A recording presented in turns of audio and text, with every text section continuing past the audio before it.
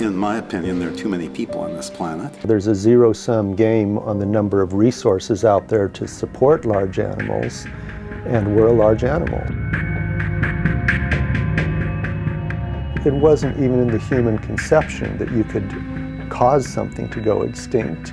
It's relatively recently that we've even become aware that we can do that. I don't think the sixth extinction started in my lifetime.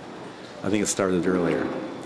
My own view is that it was started at the end of the Pleistocene, 10,000 years ago or so, that it was boosted by the Industrial Revolution, and then exacerbated by what's happened in the 20th century. And there's nothing happened in the 21st century that gives me any cause for optimism at all. The 21st century so far has been a dead loss. On Earth, there's a fixed amount of ecological energy, sunlight coming down, turning plants to food. Either we get it or another species gets it. 10,000 years ago, approximately half of the species over 100 pounds body weight went extinct. That extinction took place exactly at the time when we had exponentially increasing numbers of people and a natural global warming event. You put those two together and it seemed to be the recipe for a disaster. These hardy animals that survived, we're going to work on those now.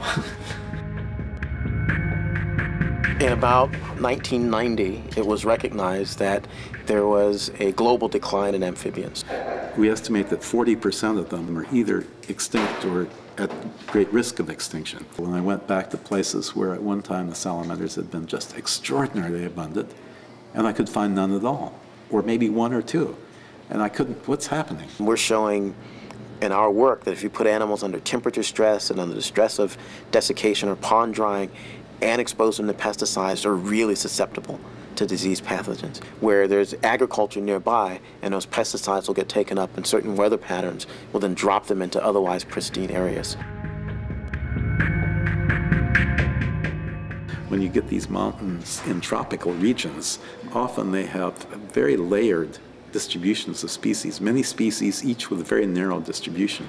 As warming progresses, these zones are compressed more and more and more, and the top ones are just sort of pushed off into space, and the species have nowhere to go. A lot of the species we're trying to keep alive on Earth are in relatively small, restricted, isolated plots of land we call nature reserves. When you change the climate within those nature reserves, those species have nowhere to run to and nowhere to survive unless we actively move them around and help them to do that. Without our intervention in the face of climate change, we're looking at a major acceleration of extinction.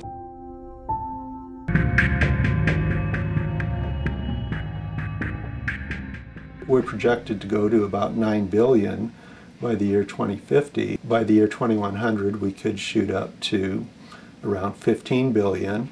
15 billion number is actually very scary as far as other species are concerned. Resources for other species decline fairly gradually, I mean steadily, but gradually. You hit 15 billion and it crashes. There will be these collapses. We're beginning to see them already. The disaster that we call Haiti is just a natural disaster. They have almost no forest left. Their waters are polluted. Their land is depleted. It was once the richest colony in the New World. I don't see that we should be complacent.